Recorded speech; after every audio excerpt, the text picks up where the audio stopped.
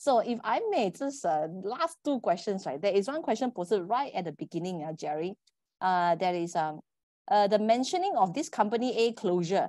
So is there any mentioning that if a company A is closed, however, so meaning they close company A, they transfer the company A staff to company B. Question is, do they need to pay compensation for the staff in company A standpoint? So company A closed down. They transfer, however, we need to transfer the staff from company A to company B from permanent to contract basis. Company A has to compensate the staff. There is a termination benefit actually under the Employment Act. So the closure of business actually also comes under the termination. So I think the company have to go through the retrenchment process. So under the retrenchment process, the company, for those who earn, now the law has changed. So for those who earn 4K and below, yes, the law states that you are entitled to the termination benefit. So for those who earn above 4K, they are not entitled to the termination benefit. Yeah, so I hope that I answered this question, right? If it is a restructuring, it's a restructuring, meaning the company just right size, they have two companies, they just make it into one. So they're just transfer. Then can they through, like a letter to say that we are just doing a consolidation of two business into one, and then all benefit and all number of years calculation remain? Can they then avoid that kind of situation if it's not like a close down or whatever? I mean, it's more like yes, the company closes, but it's more of like how do you call transfer? We call it transfer, is it? Transfer. You mean transfer? Transfer is not really considered as a dismissal, but then you cannot change the substance, the content of the contract. So if you change the content of the contract to something less favorable to the employee, then the employee may challenge it. Yes.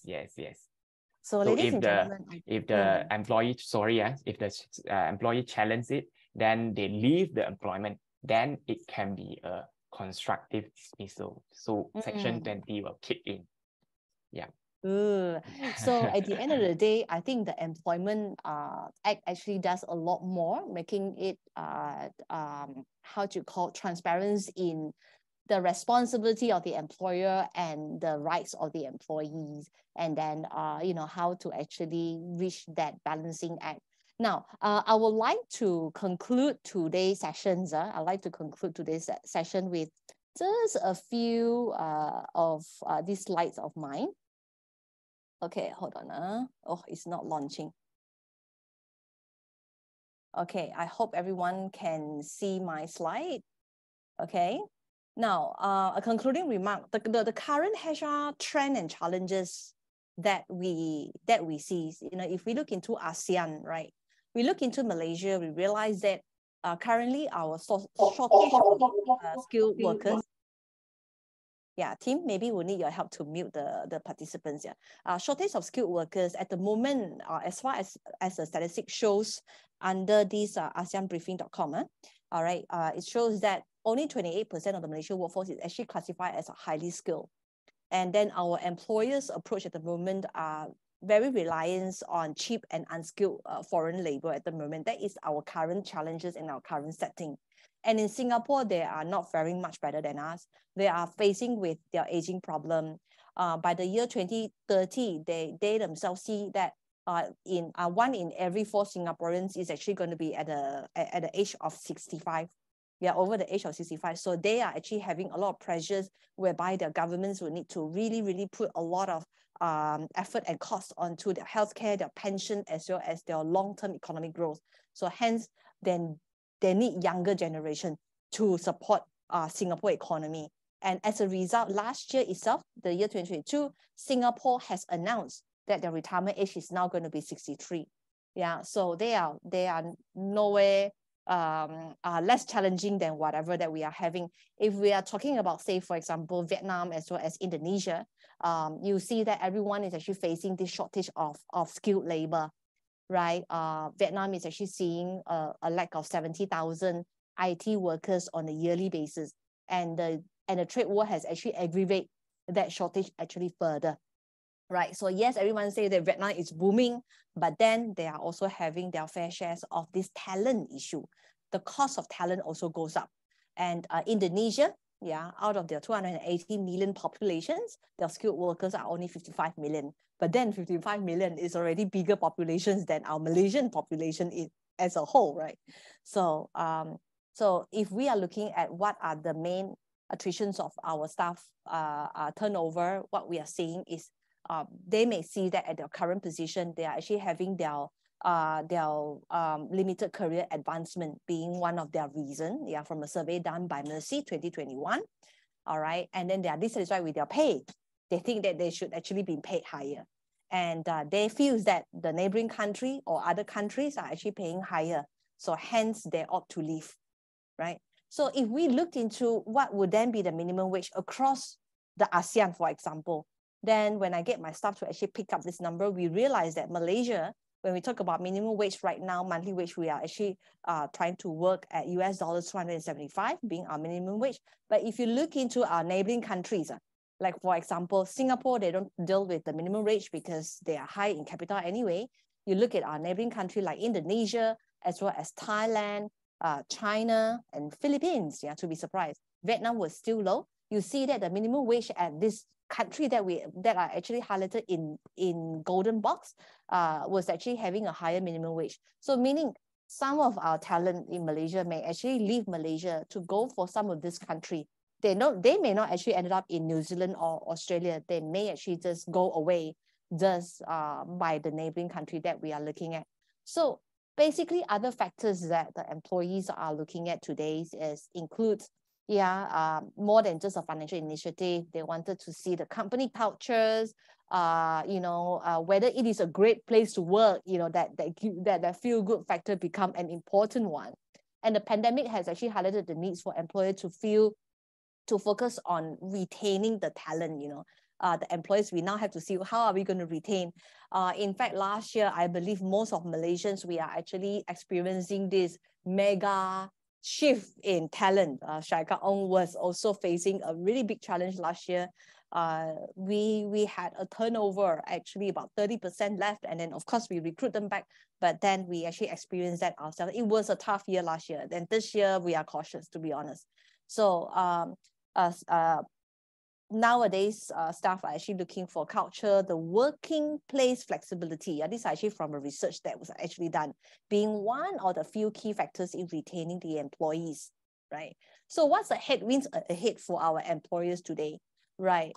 Without even looking out, right, by the stats that I'm showing you, by that few countries that I mentioned, everyone is actually having a difficulties in getting the mid-career professionals. So meaning those people that is in the middle to higher end level executives. Yeah, we are all having shortages. They are all moving around, I would say.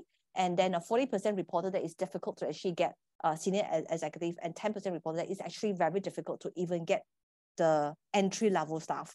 And difficult to attract mid-career professional is largely due to finding the right skill at the right place, right? Ladies and gentlemen, to build all these, right, employers got to now invest into their employees and the working environment for the employees. So we are talking about additional costs. Now, question, after all effort put in to retain employees, have employers solved its problem in HR, your human resources talent retention issue? Right. Nowadays, not only we are actually facing with retention issue, we are also facing with the quality of the talent, right? So the new trend nowadays, we talked about this, how do you call that? The quiet quitters, right? The quiet quitters. So we are beginning to actually see employees who are actually no longer go above and beyond the work. So those are, so as an employer, we are like in between these matters, right? To really look into how do we actually have the right talents and then the right quality to actually move the business forward, right? And then at the same time retaining them. With all that headwinds ahead with us, 2023 will be an interesting year. Okay. One article that was actually happened about 2 months back, that writes about from Business Today, that writes about the gig economy in Malaysia, whereby it says that the gig economy in Malaysia is actually transforming the labor landscape and as well as promoting decent work. Yeah. So a lot of people think that the gig economy will provide a more decent work. But then at the same time, with that Section 101 capital C in the pictures, are they really gig economy to begin with? Yeah, that is a big question mark that I'm actually having now, right? So we are seeing that Malaysia is actually moving into short-term jobs, which was actually taken part by the giggers, right? Whereby we see the increasing of the freelance job. These increased opportunity leads to workers now being able to work remotely from home and any other location. And this allowed individuals with family responsibility to actually work. This is the good side of it, right? But then as far as the employer is concerned, we need to manage this 101 capital C. Individuals with a variety of skills can also find employment opportunity in the gig economy, and then and actually more people are choosing that. Okay, so the research also find in the year 2020 shows that close to 26% of the Malaysian workforce, equivalent to 4 million freelancer out of a total workforce of the 15.1 million of the gig economy. So the freelancer landscape is actually getting larger and larger. So to all employers, there was a time that just I was mentioning, from Frank Murphy. There was a time when contractual relationship between the employer and employee was supposed to be none of the public's business, but that time has passed already. Right? It is our business today. All right. To all employees, it is not the employer who pays your wages. The employers only handles the money. It is the customers who pay the wages. In one level of contact, the customers could actually means that the customers of the company, so meaning offloading that particular cost out is actually important, and that will result in inflation in the economy. And employees, you are the consumers of this economy anyway. So you are then being the customers to buy out that inflation that was actually created or snowball from all this impact that we are having. So this is an area that I think both employer and employees, we do need to come down to the drawing board and to see, okay, while the providing and the compliance are to be made, but how can we still make a successful business working relationship together, right? To all employers, employee can be replaced anytime, no matter what post or how experienced they are, but a big but, without a dedicated employee, no firm can progress anyway. And without a hardworking employer is nothing. So we as an employer, we do need to today put employees in our drawing boards all the time, and to really provide and facilitate the right enough benefit to keep them while we move the business forward. Okay, so when management and labor, which is employer and employee, both understand that they are all on the same side, then I think we can prosper. Yeah, from Zig Ziglar. Okay, thank you everyone for your attention. Please do the QR code scan. Any questions that is not answered, we would like to be able to answer back to you. Okay, and I would like to take the opportunity to also highlight on February the 27th, February the 24th, budget 2023 will be retabled and re-announced. And on that immediate Monday, we are going to have our coffee on Zoom to do a commentary on the budget as well as economic outlook. And this time we're going to have Dr. Wong Chin Yong, a professor from University TAR, to actually join us to discuss over a coffee talk session like this on the budget 2023, right? So I hope that you'll find today's sessions useful for you.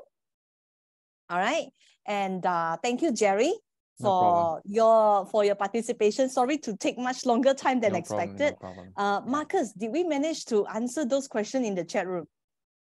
I think yes. I maybe have missed out some question. Okay. Okay.